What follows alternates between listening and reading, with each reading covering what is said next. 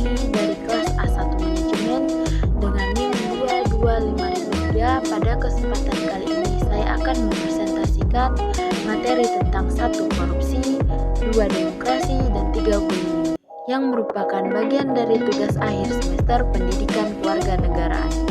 Baiklah, yang pertama saya akan menjelaskan materi tentang korupsi. Korupsi adalah tindakan penyalahgunaan kekuasaan atau posisi yang dimiliki seseorang dengan tujuan untuk memperoleh keuntungan baik pribadi atau publik. Biasanya melalui cara-cara yang tidak sah. Korupsi melibatkan tindakan koruptif seperti suap, pemerasan, penyuapan, penggelapan dana, kolusi, dan penyalahgunaan kekuasaan dalam berbagai bentuknya. Dampak negatif yang ditimbulkan dari korupsi. Korupsi memiliki dampak yang merugikan secara sosial, ekonomi, dan politik. Korupsi dapat menghambat pertumbuhan ekonomi, mengurangi efisiensi penggunaan sumber daya, merusak kepercayaan masyarakat terhadap lembaga pemerintahan, serta memperburuk ketidakadilan sosial. Penyebab dari korupsi. Korupsi dapat disebabkan oleh beberapa faktor, seperti rendahnya integritas individu, kurangnya transparansi dan akuntabilitas dalam pemerintahan, sistem hukum yang lemah, kemiskinan, kekayaan sumber daya yang besar, dan kurangnya kesadaran akan pentingnya anti korupsi. Saya pernah melihat tindakan korupsi. Yang pertama, seperti korupsi waktu. Contohnya, menunda-nunda pekerjaan. Ketika seseorang terus-menerus menunda-nunda pekerjaan yang seharusnya dilakukan dengan cepat, itu juga dapat dianggap sebagai korupsi waktu. Yang kedua, yaitu memberikan suap kepada petugas pendaftaran. Contohnya, orang tua atau wali murid yang memberikan uang atau hadiah kepada petugas pendaftaran sekolah dengan harapan memperoleh perlakuan khusus atau memanipulasi proses penerimaan siswa. Budaya korupsi dapat berbagai kebanyakan di lingkungan manusia seluruh dunia. Penting untuk diingat, hanya korupsi bukanlah sifat yang melekat pada suatu kelompok atau individu tertentu, melainkan perilaku yang dapat ditemui di berbagai lapisan masyarakat. Penting bagi kita semua untuk beberapa aktif dalam memerangi korupsi dan mendorong integritas di semua aspek kehidupan kita. Di keluarga saya sendiri sedikit banyaknya pasti pernah melakukan tindakan korupsi dalam bentuk sederhana, baik sengaja ataupun tidak, yaitu seperti contoh korupsi waktu dan lain sebagainya. Usaha yang dapat menolak tindakan korupsi adalah memiliki sikap pribadi yang jujur dan berintegritas. 1. Pentingnya untuk memiliki komunikasi pribadi terhadap kejujuran dan integritas dalam segala hal yang kita lakukan. Pentingnya memiliki kesadaran moral yang kuat dan mengikuti prinsip-prinsip etika dapat membantu mencegah terjerumusnya ke dalam korupsi. Kedua, pendidikan dan kesadaran masyarakat meningkatkan pemahaman dan kesadaran masyarakat tentang dampak negatif korupsi. Dapat membantu mengurangi toleransi terhadap perilaku korupsi. Yang ketiga, membangun sistem pengawasan yang efektif. Mendorong pembentukan dan penguatan sistem pengawasan yang efektif dapat membantu mencegah terjadinya korupsi dalam masyarakat. Materi yang kedua adalah tentang demokrasi. Demokrasi adalah bentuk pemerintahan di mana kekuasaan politik dipegang oleh rakyat. Istilah demokrasi berasal dari bahasa Yunani di mana demos berarti rakyat dan karatos berarti kekuasaan. Konsep ini melibatkan partisipasi warga negara dalam mengambil keputusan politik, baik secara langsung maupun melalui perwakilan yang mereka pilih. Prinsip dasar demokrasi adalah kebebasan dan kesetaraan. Di dalam sistem demokrasi, warga negara memiliki hak politik. Di dalam sistem demokrasi, warga negara memiliki hak-hak politik yang meliputi kebebasan berpendapat, kebebasan berekspresi, kebebasan berserikat, dan kebebasan beragama. Mereka juga memiliki hak untuk memilih perwakilan mereka dalam proses pembentukan keputusan politik. Dalam demokrasi, pemerintahan didasarkan pada aturan hukum di mana semua warga negara dianggap setara di mata hukum. Selain itu, terdapat pemisahan kekuasaan antara lembaga eksekutif, legislatif, dan yudikatif untuk menjaga keseimbangan dan mencegah penyalahgunaan kekuasaan. Demokrasi dapat diimplementasikan dalam berbagai bentuk, termasuk demokrasi langsung dan demokrasi perwakilan.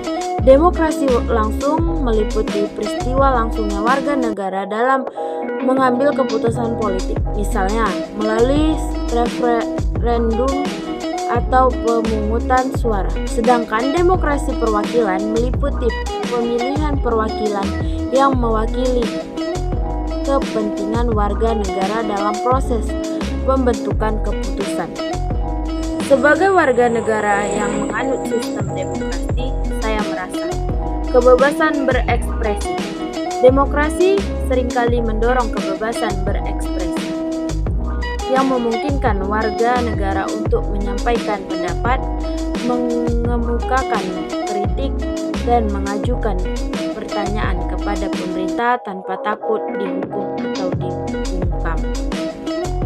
Saya juga merasa keamanan dan perlindungan hukum.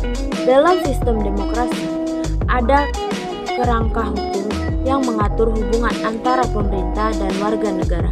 Hal ini memberikan perlindungan terhadap penyalahgunaan kekuasaan dan melindungi hak-hak individu. Melalui kegiatan pemilu nanti, pada tahun 2024, sikap yang saya lakukan untuk mencapai demokrasi yang sesungguhnya yaitu 1. Memperluas partisipasi politik. Saat pemilu nanti tiba, penting bagi setiap warga negara untuk terlibat aktif dalam proses politik. Kita dapat memastikan bahwa kita dan orang-orang di sekitar kita terdaftar sebagai pemilih, memberikan suara dengan bijak, dan mengikuti perdebatan politik yang sehat. Yang kedua, mengedepankan pemilihan yang adil dan bebas. Dalam menjalankan peran sebagai pemilih, penting untuk mendukung proses pemilihan yang adil dan bebas dari tekanan atau manipulasi. Kita dapat memperhatikan praktik-praktik yang mencurigakan seperti kecurangan pemilihan atau propaganda palsu dan melaporkan kepada otoritas terkait.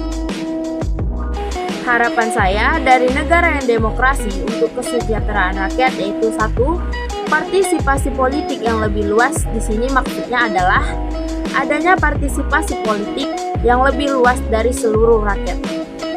Ini berarti masyarakat memiliki hak untuk memilih perwakilan mereka dalam pemerintahan dan memiliki akses yang lebih besar terhadap proses pengambilan keputusan politik. Harapan ini menganggap bahwa partisipasi politik yang aktif akan memastikan bahwa kepentingan rakyat diwakili dengan baik dan kebijakan yang diambil memperhatikan kesejahteraan mereka. Yang kedua, perlindungan hak asasi manusia. Negara demokrasi diharapkan memiliki kerangka hukum yang kuat untuk melindungi hak asasi manusia. Hal ini termasuk hak atas kebebasan berbicara, kebebasan pers, kebebasan beragama, dan hak mendapatkan pendidikan. Harapan ini adalah bahwa negara demokrasi akan menjaga dan mempromosikan hak tersebut secara adil dan setara bagi seluruh warga negaranya. Melihat bullying, perasaan kompleks. Melihat studi bullying bisa memunculkan beberapa perasaan yang kompleks. Berikut ada beberapa hal yang mungkin dirasakan saat melihat bullying. Yang pertama, kemarahan. Melihat seseorang menjadi korban bullying bisa memicu kemarahan. Rasa tidak adil dan ketidaknyamanan bisa membuat seseorang merasa marah terhadap perilaku bullying. Yang kedua, kesedihan. Melihat seseorang disakiti secara fisik atau emosional dapat menimbulkan perasaan sedih. Empati terhadap korban bullying bisa membuat kita merasakan terpukul dan bersedih. Yang ketiga, ketakutan. Situasi bullying bisa menimbulkan rasa takut, trauma jika kita khawatir menjadi korban selanjutnya atau tidak dapat melakukan apapun untuk membantu korban tersebut. Penting untuk diingat bahwa respon dan perasaan saat melihat bullying dapat berbeda-beda, tergantung pada pengalaman pribadi, nilai-nilai individu, dan konteks sosial. Penting pelayanan bullying.